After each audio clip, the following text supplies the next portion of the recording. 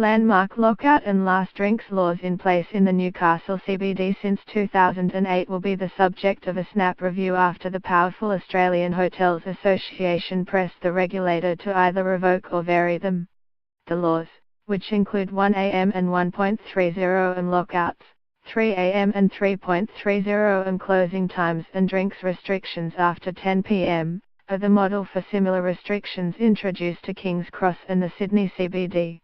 The Sydney 1.30 am lockout and 3 am last drinks restrictions were relaxed by half an hour this year for venues with live music after a review by former High Court Judge Ian Callanan, who visited Newcastle as part of his research.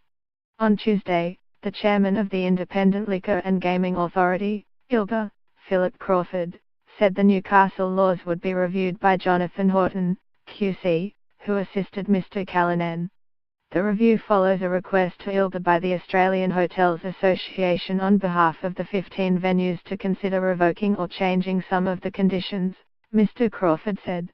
Rather than considering this request in isolation, ILGA has appointed Mr. Horton to conduct a broader review and consult all relevant stakeholders in the Newcastle community.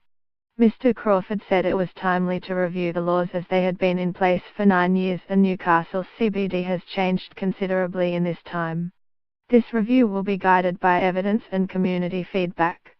We encourage everyone with a view to express it in writing. Newcastle businessman Tony Brown, who helped initiate the Newcastle laws after a spate of alcohol-related violence, slammed the announcement. Mr. Brown's application to the New South Wales Liquor Administration Board on behalf of 150 residents, along with that of the police, resulted in the lockout laws being introduced to Newcastle CBD in 2008. He accused the ILGA of agreeing to the review to placate the powerful AHA. "It smacks of a fait accompli," he said. "They are now choreographing a process to try to fit the outcome."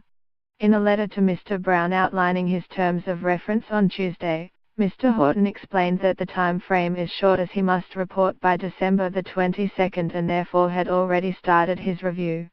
"It's extremely disturbing that the community and original key party to the decision discovers that a review of the conditions is already underway," Mr. Brown said. Natural justice would dictate that the parties would have been afforded at least a copy of the AHA submissions before any terms of reference were established and commission appointed. A New South Wales AHA spokesman said Newcastle has changed considerably over the past decade and it's appropriate these special conditions are now reviewed. The AHA New South Wales will be making a submission to the ILGA review.